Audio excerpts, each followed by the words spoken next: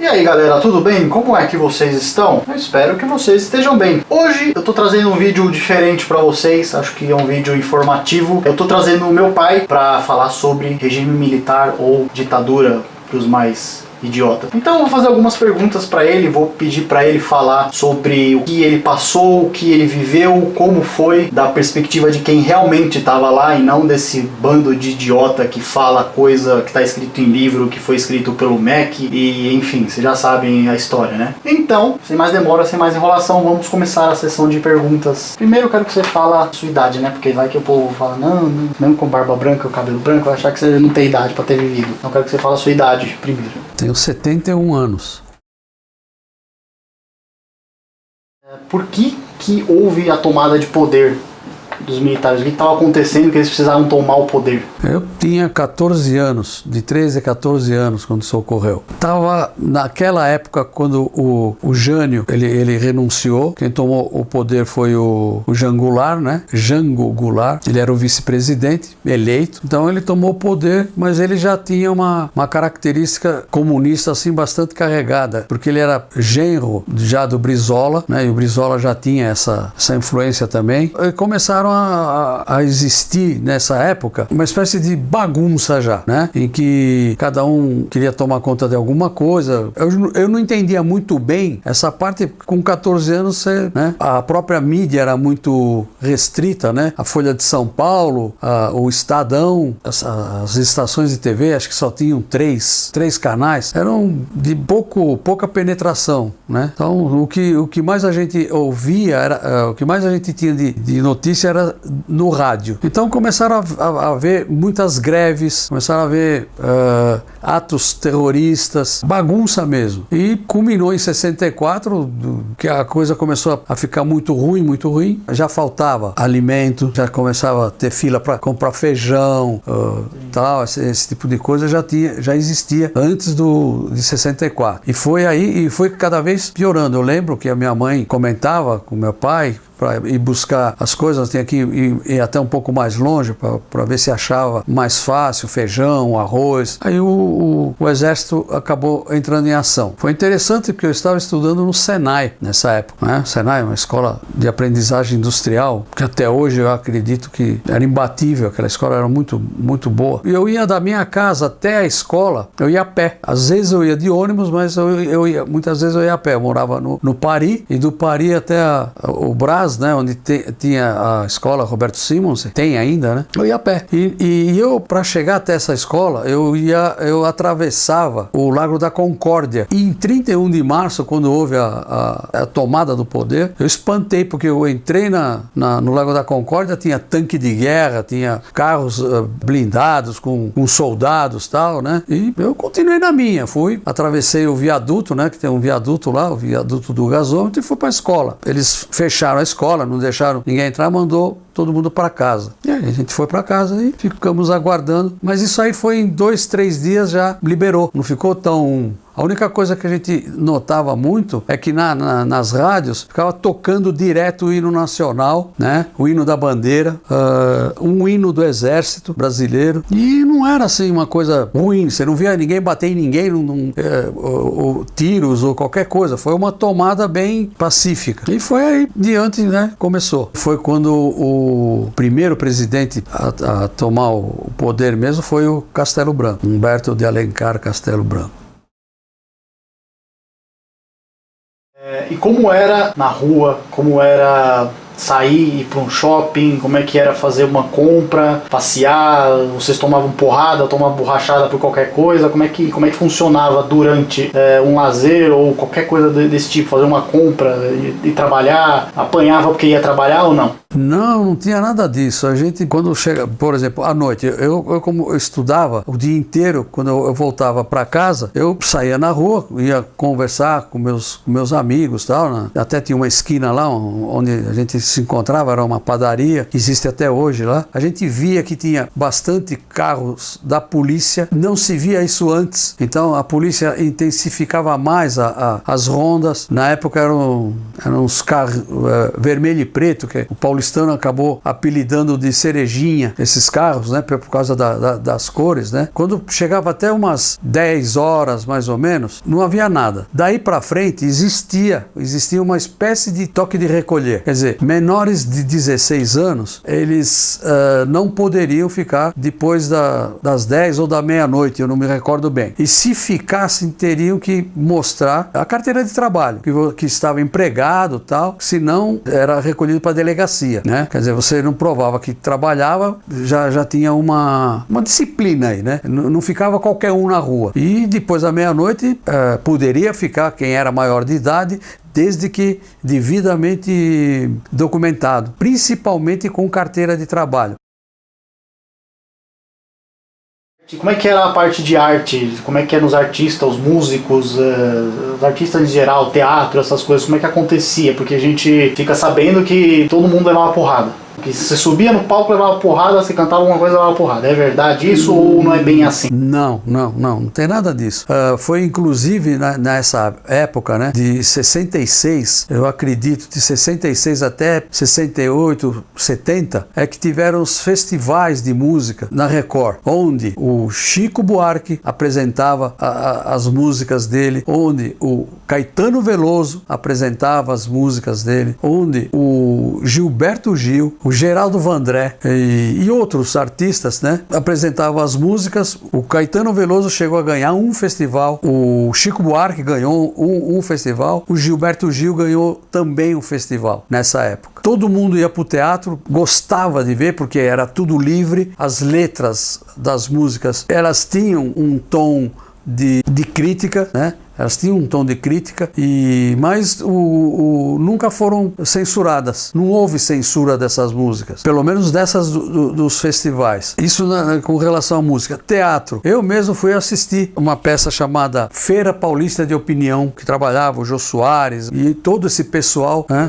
Essa peça era feito alguns atos, descia a cortina, entravam outros artistas, tinha um tipo de diálogo diferente e tal, sempre com um pouquinho de crítica e tal, mas passava batido. Ninguém subia no palco. Não vinha um soldado ou um general, tá? Para isso, não. Tinha nada disso. Porque você estava lá e você não via isso. Não via, porque a gente assistia normal e eu nunca vi isso acontecer. Eu assisti a peça Hair, em que trabalhou o Antônio Fagundes, Armando Bogos. Teve até um ato no final dela, em que todos os artistas se alinharam no palco, abaixou uma cortina, depois que levantou, e todos eles ficaram nus, em pelo mesmo, algum tempo, e eles cantando o final da peça. Não teve censura, não teve bloqueio, nada.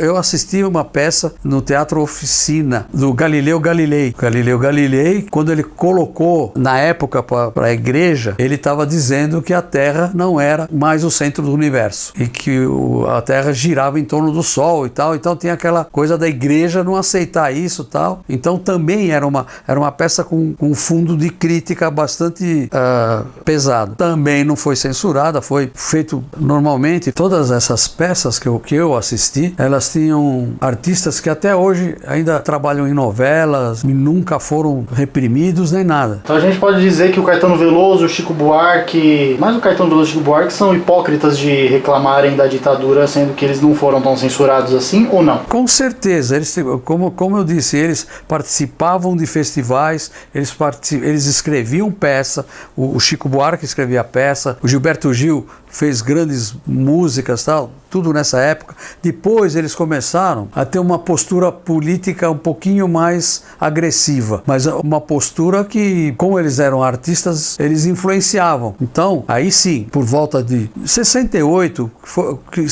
foi que aí houve mesmo um embate maior entre os comunistas, né, que faziam terrorismo, né, com a estabilidade que existia. Existia uma estabilidade ótima, e além disso, além dos festivais, das peças de teatro. Também existia já naquela época as mostras de arte plástica nas bienais no Ibirapuera, e onde o artista expressava o que ele queria. O exército não ia lá e tirava a obra do cara, da mostra, nem nada. Ficava exposto, e normalmente essa bienal ela durava assim coisa de 30 dias, o período, né, de mostra. Então também houve toda essa manifestação dentro das artes plásticas e não havia repressão em cima desses artistas.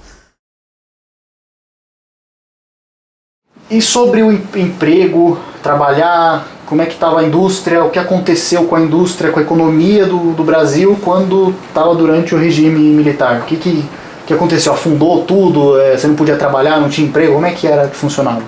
Muito pelo contrário, a oferta de emprego era muito maior, a estabilidade no emprego era grande porque existia falta de mão de obra, né? Existia oferta de trabalho e faltava mão de obra, então o profissional era valorizado. Então a indústria cresceu muito. Inclusive nessa época foi fundada a Embraer, cujo presidente dela era um militar, ele era um engenheiro formado no ITA, o Osiris Silva, que deu um impulso muito grande na administração dessa empresa, que começou a exportar aviões e tal. A empresa que eu trabalhava, ela acabou crescendo mais ainda, porque as encomendas que a Embraer começou a receber eram tão grandes que dentro da própria empresa eles não tinham como fabricar determinados componentes em tempo hábil. Então eles contratavam empresas paralelas para fornecerem serviços para eles, né? E a empresa que eu trabalhei nessa época acabou crescendo quase 50% por causa dessa investida que a Embraer deu na época. Nós tivemos que comprar máquinas, ferramentas, dispositivos, instrumentos e principalmente a gente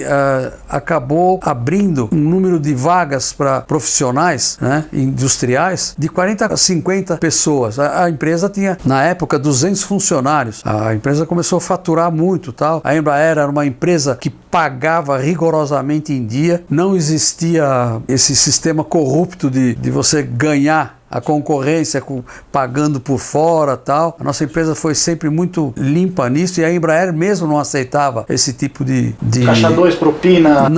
Não. E quando existia isso, imediatamente a empresa que entrava nesse esquema e funcionários da Embraer eram demitidos sumariamente. E a empresa era eliminada do cadastro. Isso eu presenciei. Inclusive um funcionário da Embraer saindo de dentro da Embraer num camburão. Um funcionário do setor de compras. Então, foi nessa época que foi instituído o Fundo de Garantia, o FGTS, que fazia o quê? Ajudava o funcionário. Quer dizer, não reprimia, não tirava dele nada, muito pelo contrário, a empresa tinha que pagar uma parte, o funcionário também pagava uma partezinha e tal, mas funciona até hoje. Quanta gente está tendo benefícios com a introdução do Fundo de Garantia. Então você aí que está reclamando que acha ditadura, não sei o que, tá lá indo sacar seu FGTS, você é um hipócrita. Também teve uma coisa interessante, a empresa ela não tinha capital suficiente para desenvolver um projeto novo, porque isso demanda muito dinheiro em engenharia, em processo, em ferramental e uma série de coisas. Na época, o governo acabou introduzindo uma espécie de um plano pelo BNDES chamado FINEP. O FINEP, na realidade, era um programa do BNDES que beneficiava não só as indústrias, não. Artistas. Até hoje eu tenho discos desses de vinil que foram o que o artista, a banda, o grupo, foi financiada pelo FINEP. O FINEP, na realidade, significa Financiamento de Estudos e Projetos, em que você apresentava o projeto e eles faziam uma análise extremamente meticulosa para ver, inclusive, a viabilidade econômica, financeira, tudo, para a própria empresa que fosse desenvolver esse projeto e programava o financiamento desse estudo, desde a contratação de profissionais até a entrega do produto. Inclusive, no nosso caso, o FINEP contemplava você expor esse equipamento em uma exposição apropriada. No nosso caso foi na Feira da Mecânica. Nós expusemos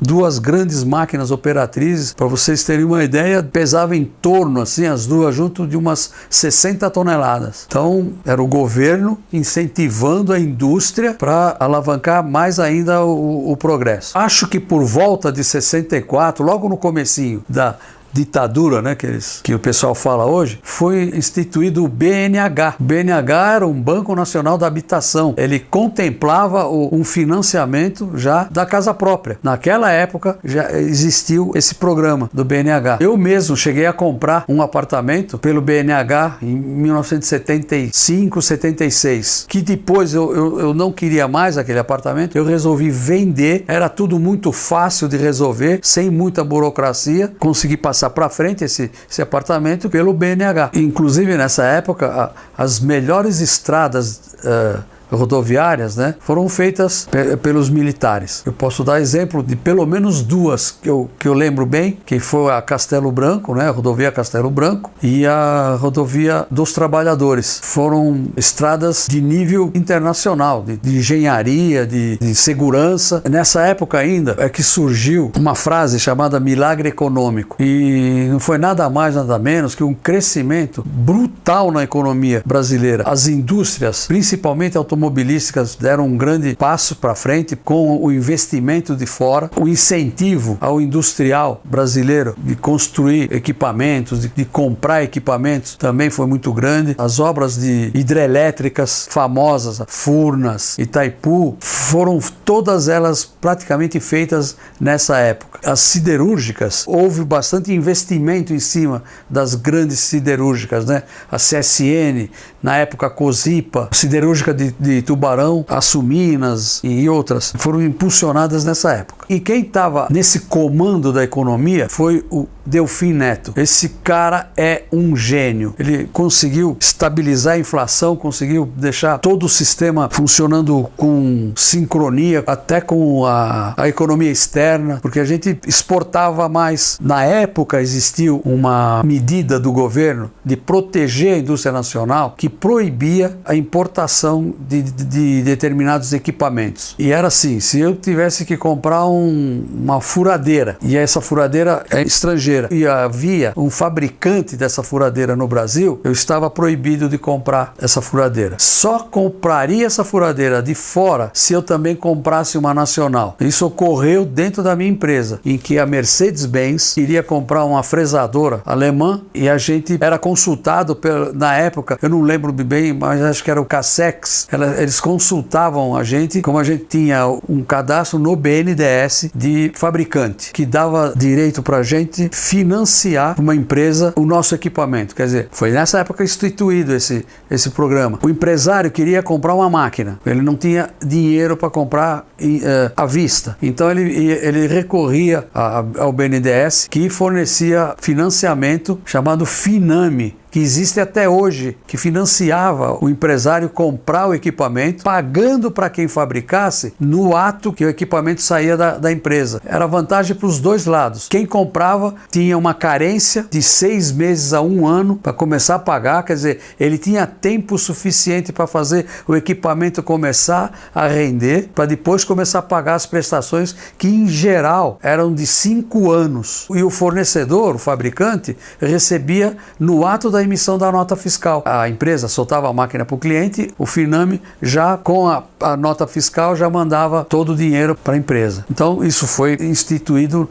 nessa época e por isso o desenvolvimento foi muito grande. Eu estava dizendo da Mercedes, que queria comprar essa fresadora, eles queriam comprar e compraram essa fresadora alemã, e aí eles consultaram a nossa fresadora e compraram uma fresadora também. Então, acabamos ganhando a venda dessa máquina em cima da proibição que existia do governo de não deixar importar. Isso é mentira. Podia importar, desde que você fizesse uma aquisição similar. Nessa época, eu podia fazer hora extras na empresa, porque primeiro que faltava mão de obra. Nessa empresa que eu trabalhei, eu fui convocado para, se eu quisesse, participar de um programa de manutenção preventiva durante a parte da noite, aos sábados e domingos, que eles iriam me pagar hora extras para organizar esse sistema de manutenção preventiva, que era lubrificar máquinas, limpeza e outras coisas. Com esse trabalho, para se ter ideia, eu trabalhei durante praticamente 1 ano e pouco, eu chegava a fazer 180 horas extras mensais, e eram pagas, e essas horas eram incluídas nas férias, para poder ser remunerado também nas férias. Era muito útil para mim, e com isso eu consegui comprar um terreno, fazer a minha casa e ajudar a fazer a casa dos meus outros 2 irmãos, com esse trabalho que eu tive de hora extra, que o sindicato pouco atuava, não proibia nada, não podia proibir. O sindicato era apenas uma instituição para se fazer corte de cabelo, consulta médica e alguns programas de passeio para um grupo de pessoas. Basicamente esse é o papel do sindicato. As greves eram muito raras. A gente negociava quase que diretamente o aumento. Nessa época foi instituído comissão de fábrica. Foi nessa época, mais tarde, de uma época para cá, é que começou a ter uma atividade mais política dentro da empresa do que propriamente uma atividade de segurança. Então, isso aí, de um tempo para cá, é que começou desde 86, 87, que começou a ter muita, né? Desde quando acabou a ditadura. Como é que ficou a segurança? Como é que era andar na rua? Como é que era assalto? Se tinha bandido, se não tinha bandido, se o cara ia preso mesmo, se tinha estuprador? Como é que funcionava? Como é que era essa época? Olha, como essa época eu vivi a minha juventude praticamente, e depois eu casei ainda dentro dessa época tal, eu nunca tive nenhuma informação de existir quadrilhas que aterrorizavam em favelas, aterrorizavam nas ruas, em altas horas. Você podia ficar na rua até a hora que fosse, desde que tivesse devidamente documentado, você podia ficar na rua tranquilo, tinha sempre um carro da polícia, bandido mesmo a gente nem ouvia falar que existia, nem ouvia falar. Era uma coisa impressionante a tranquilidade como você podia andar na rua. Mulheres, a gente ia no cinema 6, 7 horas da noite, saía 10, 11 horas da noite e vinha a pé. Eu vinha a pé do centro de São Paulo pro bairro do Pari. A gente vinha em 3, 4 pessoas, meninas tal, a pé. Em termos de distância assim, uns 8 quilômetros mais ou menos, que você andava por ruas escuras, né? Nem todas as ruas eram iluminadas, mas nem por isso você andava com medo nem nada, porque não tinha essa presença que nem hoje dessa bandidagem toda. Não tinha, não existia. A polícia era realmente rígida com relação a isso.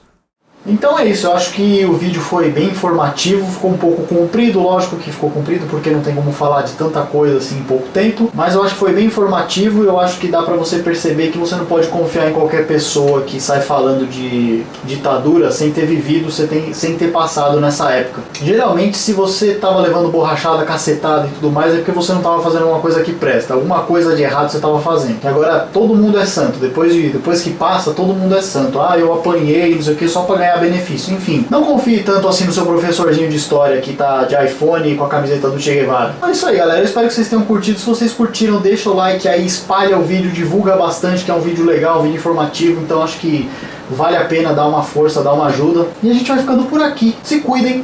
Até a próxima. E tchau!